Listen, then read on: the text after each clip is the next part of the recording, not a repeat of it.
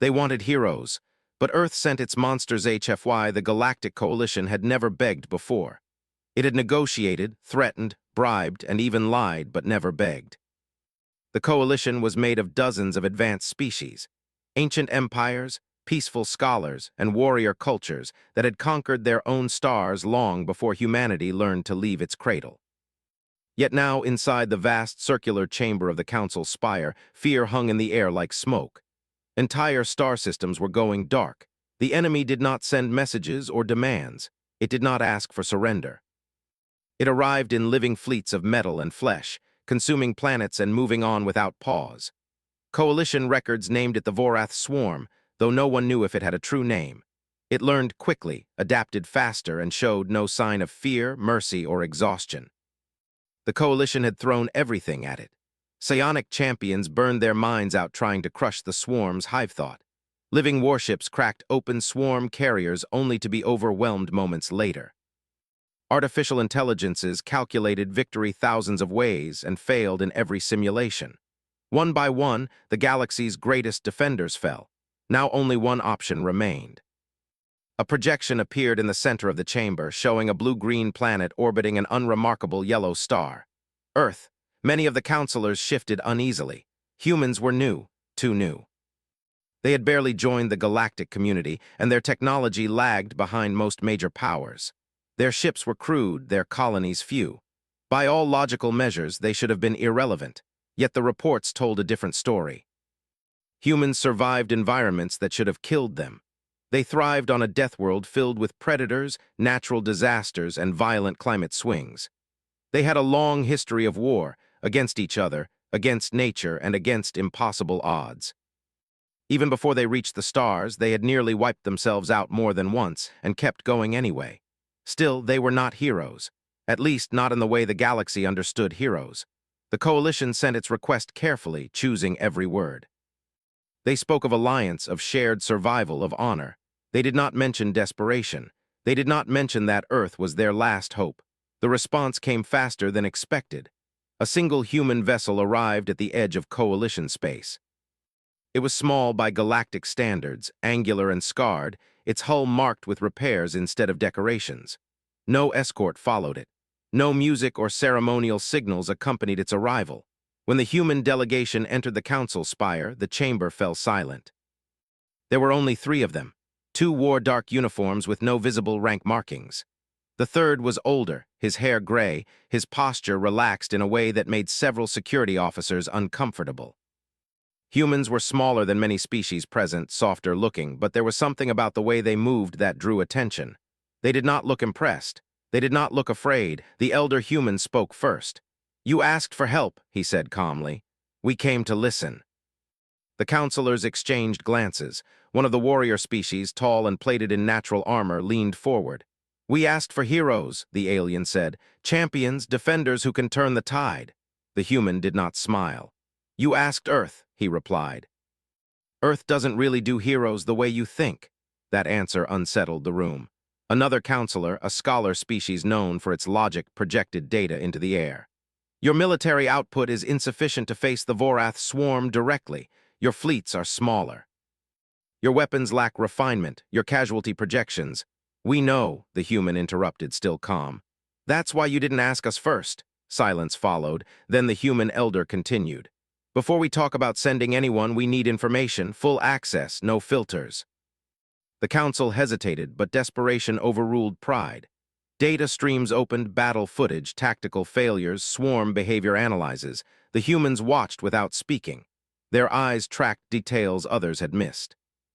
One of the younger humans asked quiet questions about terrain, civilian evacuation timelines, and how quickly the swarm adapted after each encounter. They did not ask about medals. They did not ask about command authority. They asked how much loss the coalition could endure. Finally, the elder human nodded. "All right," he said, "we can help." Relief swept through the chamber, quickly replaced by confusion when he added, "But we're not sending heroes." The warrior counselor stiffened. "Then what will you send?" The human paused before answering. "We'll send what Earth uses when survival matters more than image," he said. "Units we don't show on broadcasts, people trained to operate where rules break down." A scholar counselor flickered uneasily. You speak of irregular forces? The human shook his head. No. Irregulars still care about how they're remembered. He met the council's gaze one by one. We'll send our monsters. The word echoed through the chamber. Security officers tightened their grips on weapons. Several counselors protested at once, voices overlapping. Monsters were dangerous, uncontrolled. Many species had learned that lesson the hard way. The human elder raised a hand and the room slowly quieted. Every species has them, he said. The difference is whether you pretend they don't exist. He gestured and a limited data projection appeared. Even with heavy redactions, what the council saw made several representatives recoil. Units trained for prolonged isolation. Soldiers conditioned to operate under extreme psychological stress. Doctrines labeled unethical, forbidden, or obsolete by galactic standards. One counselor whispered, "Why would you create such things?" The human's answer was simple. Because sometimes the universe doesn't care about your ethics. The Vorath swarm did not pause while the coalition debated. Another system fell. Billions lost. Approval came in silence. Within hours, human fleet signatures appeared across long-range sensors. Not one grand armada, but many small groups emerging from different vectors. Their ships looked old, some patched together from multiple designs. None carried bright insignias. Coalition observers watched nervously as humans began setting up forward positions. They did not form defensive lines as expected. Instead, they spread out, leaving gaps that looked like mistakes. The swarm arrived soon after. Living ships poured into the system, confident and overwhelming. Coalition commanders prepared evacuation orders, assuming the humans would be overrun almost instantly. They were wrong. Human ships retreated, but not in panic. They fell back slowly, firing just enough to draw pursuit. Swarm units surged forward, eager to consume prey. Then the trap closed. Human mines detonated inside asteroid fields the swarm had ignored as insignificant. Gravity distortions twisted swarm formations apart. Human strike teams emerged from hidden positions, targeting command nodes instead of main bodies. When surrounded, they did not break. They adapted. Coalition analysts struggled to understand what they were seeing. Humans fought like predators, not soldiers. They used the swarm's strength against it, turning aggression into vulnerability. When losses mounted, they did not slow down. They got more dangerous. For the first time since the war began, a swarm advance stalled. In the aftermath of the battle, human ships did not celebrate. They collected their wounded, salvaged what they could, and moved on without ceremony. A coalition commander finally asked the question many had been thinking. "How do your forces endure this?" the alien asked. Fear should have broken them. The human commander looked tired, but his voice was steady. "They're afraid," he said. "They just learned a long time ago that fear doesn't get to decide." As the Vorath swarm regrouped and adapted, something else spread through the galaxy: hope. Not the bright, comforting kind built on legends and heroes. A darker hope. The kind that said when the universe sent nightmares, Earth would answer with something worse. And this was only the beginning. The Vorath swarm did not understand delay. For countless cycles, it had moved forward without resistance that truly mattered. Every species it encountered reacted the same way: panic, rigid formations, predictable defenses. The swarm learned, adapted, consumed, and moved on. Victory was not a goal. It was a process. Then the humans arrived. After the first clash, the swarm did not retreat out of fear. It retreated to analyze. Its living processors absorbed data at terrifying speed. Human weapons were crude but flexible. Human ships were fragile but unpredictable. Most disturbing of all, humans did not behave like prey. They behaved like hunters. Coalition command centers buzzed with activity as new battle projections appeared. For the first time in the war, the Vorath advance slowed across multiple fronts. Not stopped, slowed. That alone was unprecedented. Human fleets did not regroup in safe zones. Instead, they spread deeper into contested systems, often operating beyond coalition support range. To many alien commanders, it looked reckless, even suicidal. Human commanders called it necessary. They understood something the coalition did not. The swarm was strongest when allowed to mass and weakest when forced to react. Small human task forces began to strike supply organisms, massive living constructs that processed raw matter into new swarm units. These targets were not glamorous. They were hidden behind main battle lines and protected by layers of lesser drones. Humans went anyway. They slipped through debris fields and radiation storms that alien ships avoided. They used damaged jump points and unstable gravity wells as cover. Where coalition ships would have been torn apart, humans pushed through, accepting losses as the cost of entry. Coalition observers watched in horror as human ships took damage and kept fighting. Hull breaches were sealed manually, power systems rerouted on the fly. Crews worked in vacuum suits without complaint. One alien analyst finally asked, "Why do they not withdraw when survival probability drops below acceptable limits?" Another answered quietly, "Because their acceptable limits are different." On one such mission, a human strike group was detected early. The swarm reacted faster this time, cutting off escape routes and flooding the area with drones. Coalition Command flagged the group as lost. Human Command did not issue a retreat order. Instead, they changed the objective. The human ships turned toward the swarm concentration and accelerated. Their weapons' fire intensified, not to destroy but to provoke. Swarm drones surged toward them, tightening formation. Then the humans detonated their own reactors. The resulting explosion tore through the swarm cluster, destroying a critical coordination node. The human ships were gone. The swarm advance faltered again. Coalition Command stared at the sensor data in stunned silence. "That was unnecessary," one counselor said weakly. "They could have tried to escape." A human liaison officer observing remotely replied with a flat tone. "Escape would have failed, this didn't." The words left a chill in the chamber. As battles continued, the swarm adjusted its tactics. It began avoiding obvious traps, spreading its forces wider. It targeted human ships specifically, recognizing them as the primary threat. Humans welcomed the attention. They deliberately broadcast false signals, lured swarm units into dead zones, and left behind wreckage filled with delayed traps. Every engagement taught the swarm something, but humans learned faster. Still, the cost was rising. Casualty reports came in steadily. Human losses far exceeded coalition norms. Entire units vanished without recovery. Medical ships struggled to keep up. And yet morale within human forces did not collapse. Coalition psychologists could not explain it. They expected despair, anger, or rebellion. Instead, they saw quiet determination. Humans mourned their dead briefly, then returned to duty. There were no speeches, no dramatic vows, just a shared understanding that someone had to keep going. In one forward base, a coalition medic observed human soldiers preparing for another deployment. One had a visible injury, badly wrapped and still bleeding. "You are unfit for combat," the medic insisted. The human smiled faintly. "Then I'll be unfit somewhere useful." The swarm, meanwhile, escalated. Unable to break human forces directly, it shifted strategy. Instead of targeting fleets and stations, it began attacking civilian evacuation routes. Transport convoys vanished. Refugee habitats were overrun before defenses could activate. Coalition outrage exploded. Demands were made for humans to pull back and protect civilians directly. Human Command did not refuse. They redirected. Human units began attaching themselves to evacuation convoys, not as escorts but as bait. They allowed swarm scouts to detect them, then stayed close to civilians long enough to draw the main swarm response. When the swarm attacked, humans did not fight defensive battles.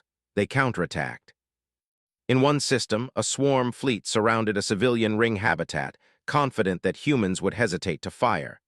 Humans moved inside the habitat, evacuated what civilians they could, and sealed sections behind them. Then they fought room by room. Coalition observers watched combat footage later and struggled to comprehend it. Humans used darkness, confined spaces, and noise to disorient the swarm. They cut power deliberately, forcing close-range fighting where swarm advantages diminished. When the last civilians were evacuated, the humans triggered the habitat's self-destruct.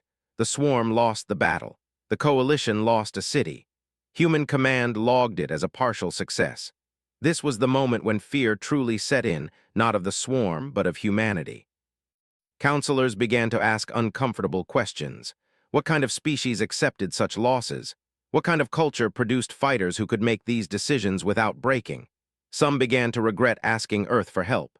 Others realized it was already too late. The swarm adapted again. It began creating specialized anti-human units, faster, more aggressive, designed to overwhelm human reflexes. Early encounters were brutal. Human casualties spiked sharply. For the first time, a human force was pushed back in disarray. Coalition Command panicked, fearing the fragile balance would collapse. They prepared contingency plans for evacuation of core worlds. Human Command responded by changing the rules. They stopped engaging the swarm on expected battlefields. Instead, they struck swarm nursery worlds, places the Coalition had avoided entirely due to extreme danger. These worlds were hostile even to the swarm itself, filled with unstable geology and toxic atmospheres. Humans landed anyway. They used the environment as a weapon, triggering volcanic eruptions, collapsing hive structures into magma, and contaminating processing pools. The swarm lost entire generations of potential units. Coalition scientists were horrified. "You are poisoning entire planets," one accused. A human strategist replied, "The swarm already did." As weeks passed, a pattern emerged. Wherever humans fought, the swarm paid a higher price. Wherever humans were absent, the swarm advanced faster. The galaxy began to understand a grim truth. Humanity was not winning the war. Humanity was making it too expensive for the swarm to continue comfortably.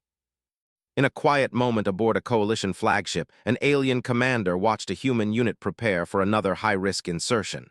The humans checked gear, shared short words, and moved without ceremony. "You know you may not return," the commander said. One human paused, then nodded. "We know." "Why do you go anyway?" the alien asked. "There must be a point where survival outweighs duty." The human looked back, eyes tired but clear. "There is," he said. "That point is behind us." As the human ships jumped into hostile space, alarms rang across Coalition sensors. The Vorath swarm was shifting its full attention toward Earth's forces. For the first time, the swarm was no longer expanding outward. It was turning to face the monsters head-on. And somewhere deep within the human command network, a simple assessment circulated, stripped of emotion and hope. Phase 2 was working, but Phase 3 would be worse, much worse. And no one, human or alien, was truly ready for what came next. The Vorath swarm changed the way it hunted. Before, it moved like a tide, wide, unstoppable, crushing everything in its path. Now it began to think in sharper shapes. It stopped wasting mass on slow advances and focused its strength where humans appeared.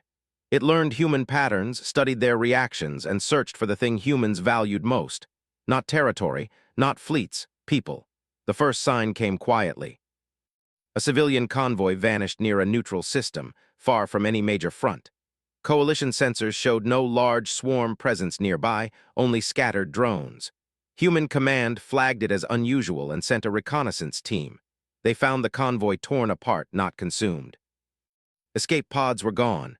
No survivors. Hours later, a message arrived on open channels. It was not language. It was data, images, emotional markers, fragments of memory pulled from human neural scans.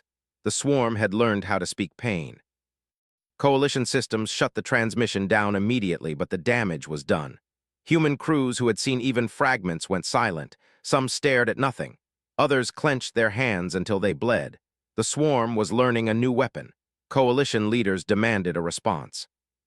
They feared panic, collapse, rebellion. They expected human morale to finally break. It did not. Human Command issued a short directive across all channels. Civilians were now priority 0, not 1.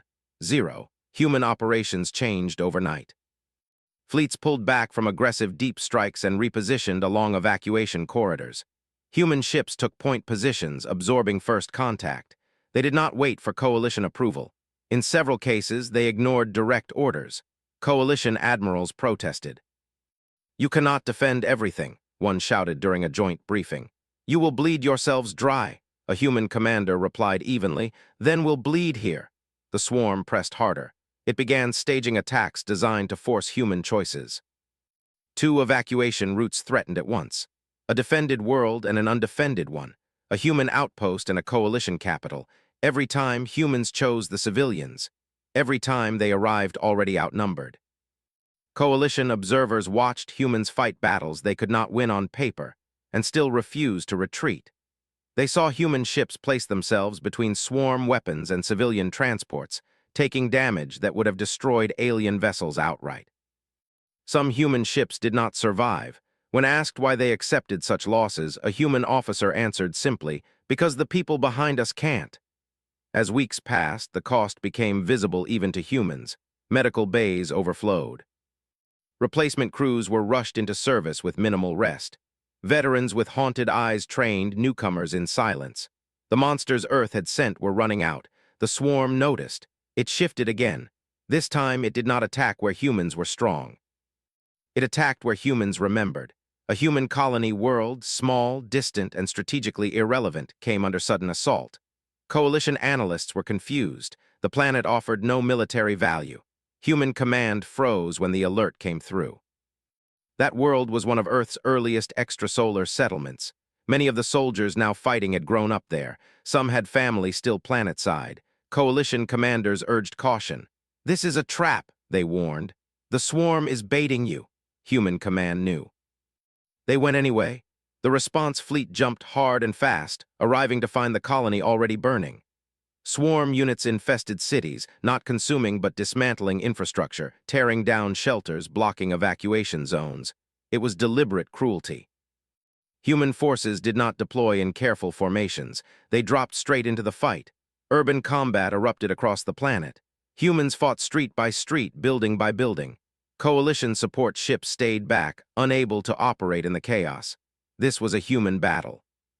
For the first time, Coalition observers heard human voices crack over open channels, not in fear but in rage.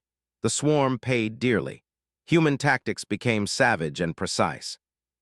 They collapsed structures onto swarm clusters, used fire and pressure and gravity in ways that left entire districts uninhabitable. They fought without pause, without rotation, without relief. When evacuation ships finally lifted off, they carried nearly all surviving civilians.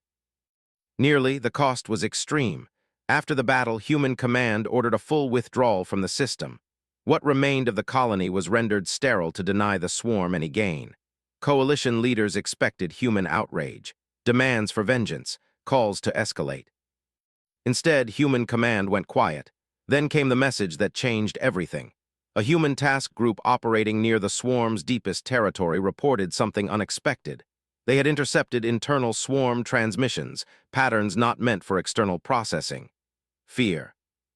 Not instinctual avoidance, not adaptive caution. Fear. The swarm was not just reacting, it was worried. Coalition scientists were skeptical. "The Vorath do not feel," one insisted. "They calculate," human analysts disagreed. "They don't fear death," one explained.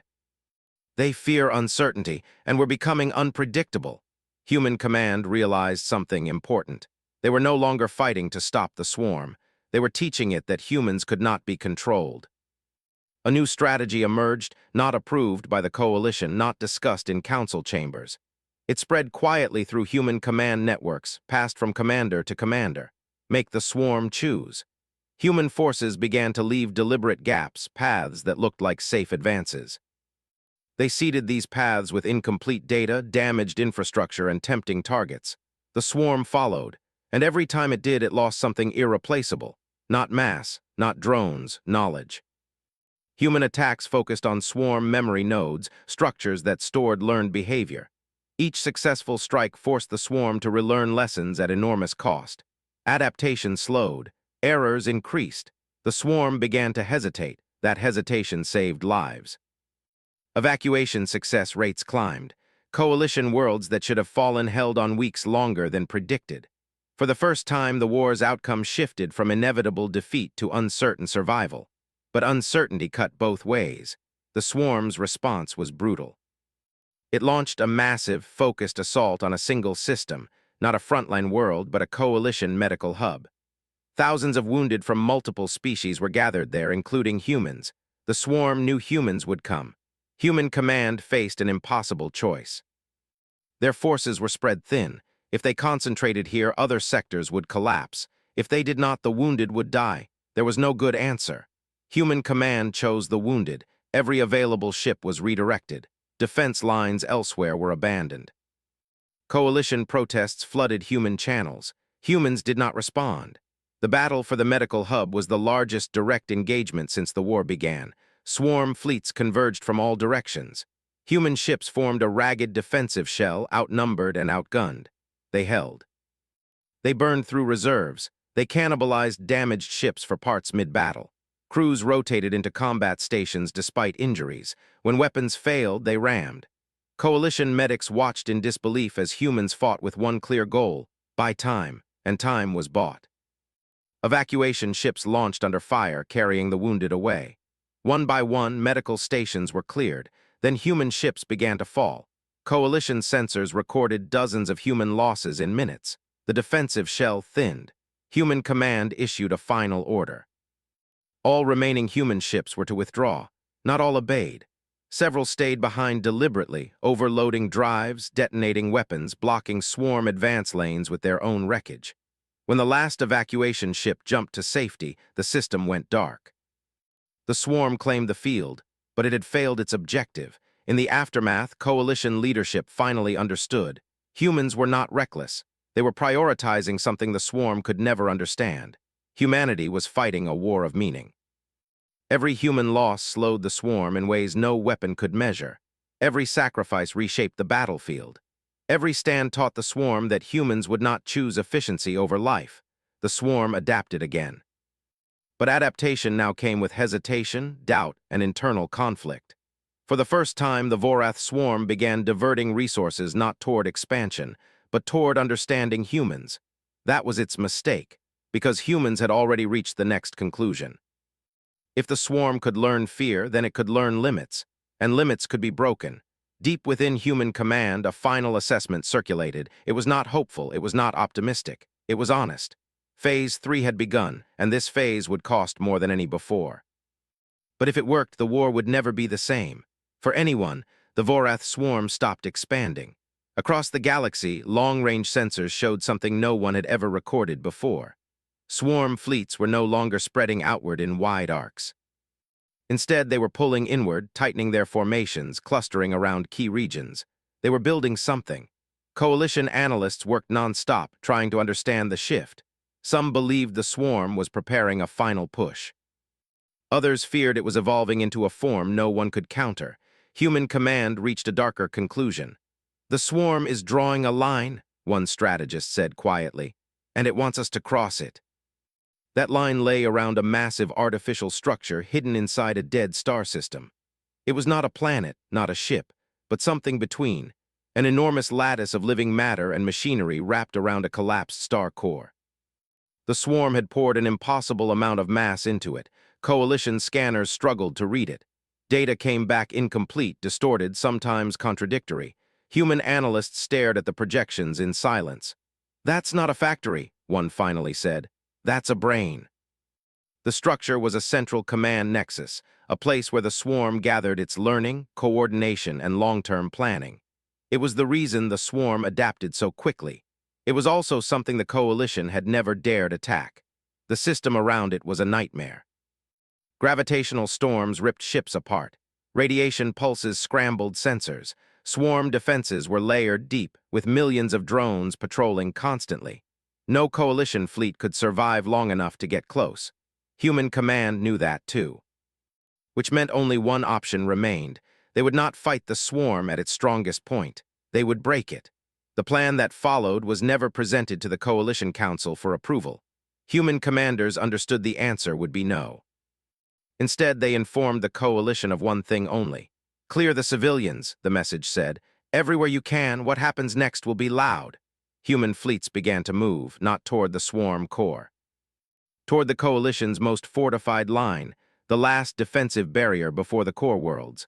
A massive chain of stations, fleets, and planetary defenses stretched across several systems.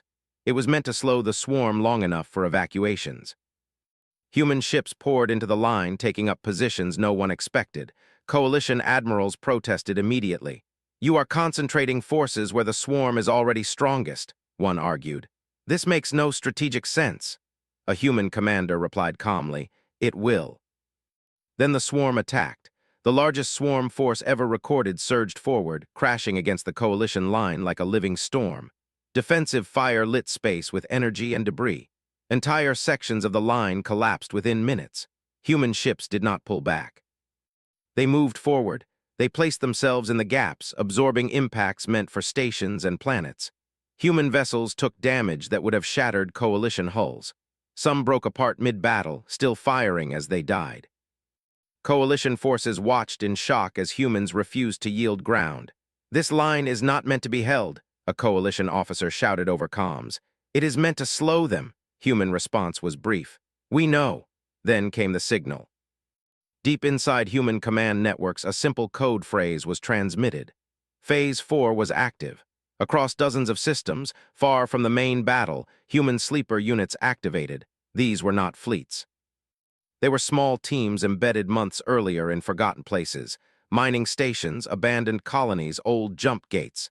They had one job: to turn everything on.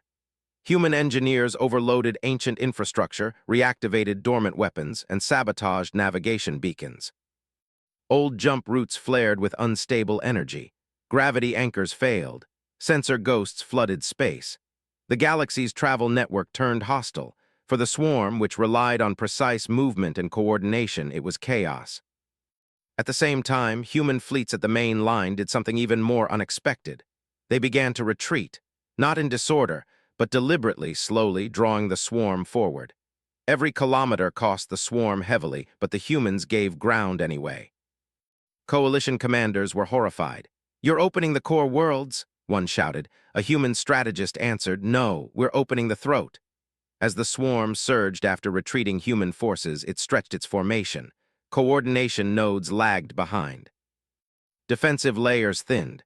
Then the human fleets vanished, not destroyed. Gone, they jumped through unstable routes the swarm could not safely follow.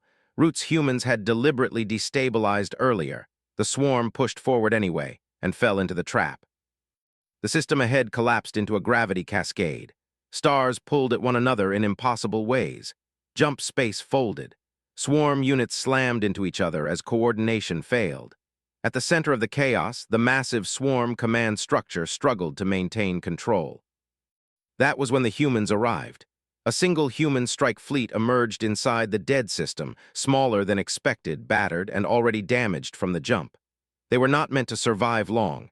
They were meant to be enough. Coalition sensors barely reached the area, but what they saw defied belief. Human ships plunged straight toward the swarm nexus, ignoring waves of defenders. They took hits, lost ships, kept moving. When weapons failed, humans used kinetic impact. When engines burned out, they drifted closer anyway. Human boarding teams launched toward the structure, landing on its surface under impossible conditions. They cut their way inside using tools meant for mining, not war. Inside, the swarm fought back with everything it had. The environment shifted, walls moved, gravity twisted. Human teams adapted on instinct, not calculation. They were not there to destroy the structure outright. They were there to damage it in specific ways. Human explosives detonated inside memory chambers, logic pathways, and coordination hubs. They introduced corrupted data, feedback loops, and false threat patterns. They taught the swarm something new. Pain, not physical pain, confusion. The swarm's vast intelligence began to fracture. Commands conflicted.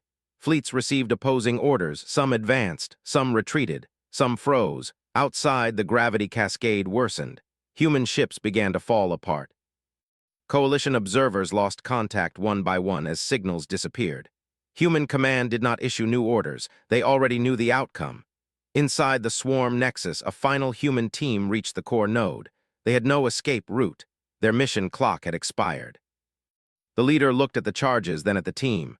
"This is it," he said simply. No speeches followed. The detonation did not destroy the structure, it broke it. Across the galaxy, swarm units faltered. Entire fleets lost cohesion. Drones drifted without purpose. Attacks slowed, then stopped. The swarm had not died, but it had been wounded in a way it had never experienced. It no longer trusted itself. The gravity cascade consumed the dead system.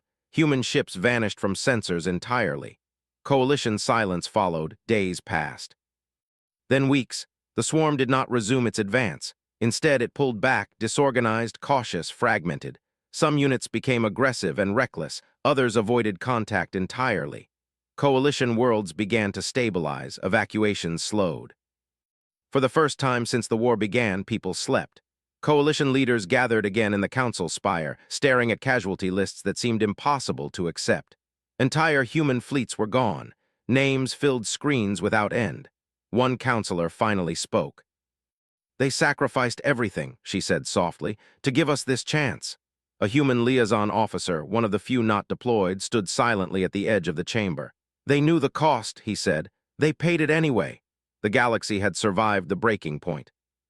But the war was not over. The swarm still existed, and somewhere in the darkness it was trying to understand what had happened to it. Human command understood something the coalition did not. A wounded enemy was often more dangerous than a confident one. Phase 4 had shattered the swarm's certainty. Phase 5 would decide whether the galaxy lived with the consequences, or ended them.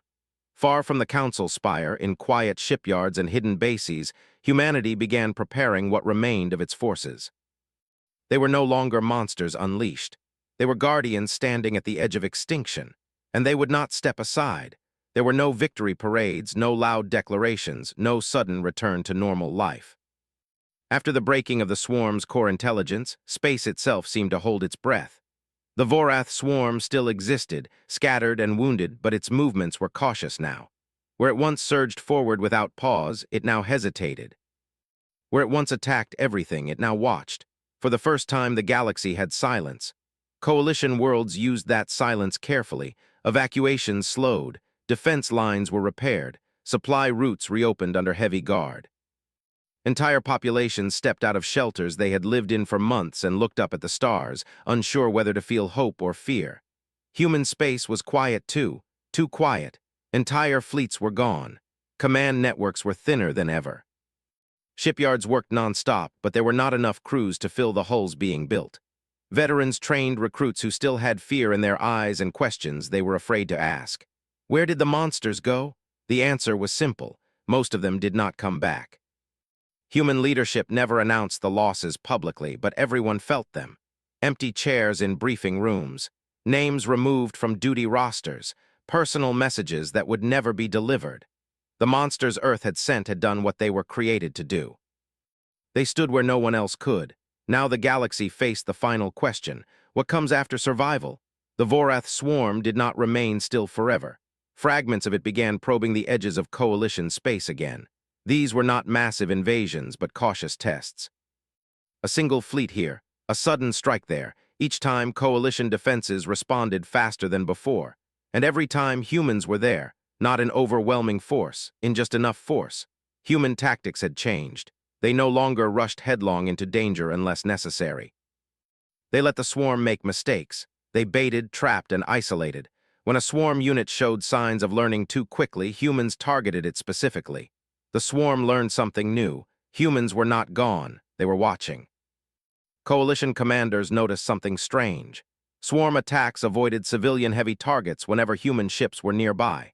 In some cases, the swarm disengaged entirely when human task forces appeared on sensors. Fear had taken root. Coalition scientists confirmed it reluctantly. The swarm's internal processes now included avoidance patterns related specifically to humans. It associated human presence with uncertainty, memory loss, and unacceptable cost. The monsters had become a warning. Still, the war was not officially over. Coalition leaders debated endlessly. Some argued for a final extermination campaign while the swarm was weak. Others feared pushing it too far, risking unpredictable evolution. They turned to Earth for guidance. The human representative who addressed the council was not a general or politician. She was a logistics officer, her uniform worn, her eyes tired. "You want to know what we think," she said quietly. The council listened. "We think the swarm is wounded," she continued. "Not defeated. If we push now, we may win, or we may teach it something worse." Silence followed. "So what do we do?" a counselor asked. The human officer folded her hands. "We hold the line, we protect lives, we respond when it crosses boundaries. We make survival boring for it." Some counselors did not understand, others did. The swarm thrived on expansion, pressure, and momentum. Denying it those things was not mercy, it was containment. Reluctantly, the coalition agreed. Years passed, the war became something else. Human children grew up hearing stories of a time when the stars burned and the monsters were sent. Coalition worlds rebuilt cities and renamed streets after human units that no longer existed. Some humans returned to civilian life, others never could. One former human commander lived on a quiet station near the edge of known space. He spent his days repairing hull plating for passing ships. Most people did not know who he was. One day, a coalition officer recognized him. "You were there," the alien said softly. "At the breaking," the human nodded once. "Do you regret it?" the alien asked. The human thought for a long time. "No," he said finally, "but I miss them." The swarm continued to exist beyond the frontier. It never fully withdrew. It never fully attacked again either. Until one day, something unexpected happened. A damaged swarm vessel drifted into coalition space without weapons active. It did not attack. It transmitted fragmented signals, broken data patterns that barely made sense. Coalition command panicked, suspecting a trick. Human analysts studied the transmission carefully. "It's not a threat," one said. "It's hesitation." The swarm was testing something new, communication. Coalition leaders argued fiercely. Talking to the swarm felt unthinkable after everything it had done. But humans urged caution, not rejection. "We don't have to trust it," a human diplomat said, "but we should understand it." A response was sent. Simple, clear, boundaries, no attacks on civilians, no expansion beyond marked regions, no attempts to infiltrate core systems. The reply came days later. The swarm did not agree. It acknowledged. That alone changed the galaxy. Contact remained rare and tense, but the swarm's behavior shifted further. It avoided human-controlled sectors entirely. It altered movement patterns to minimize encounters. The monsters Earth had sent had not just wounded the swarm. They had changed its understanding of the universe. Coalition historians would later struggle to describe humanity's role in the war. Humans were not the strongest, not the most advanced, not the most numerous. They were the ones willing to endure what others could not. In time, monuments were built, not just on coalition worlds, but on Earth. They did not list victories, they listed names, the monsters. Years later, when a new generation of coalition cadets studied the war, one question appeared often. Why did humans fight like that? The answer was always the same. Because someone had to. The galaxy learned a final lesson from Earth. Heroes shine brightly and fade. Monsters stand in the dark and stay. And as long as humanity watched the stars with tired eyes and steady hands, the galaxy knew one thing for certain. If the nightmares ever returned, Earth would answer. Not with glory, but with resolve.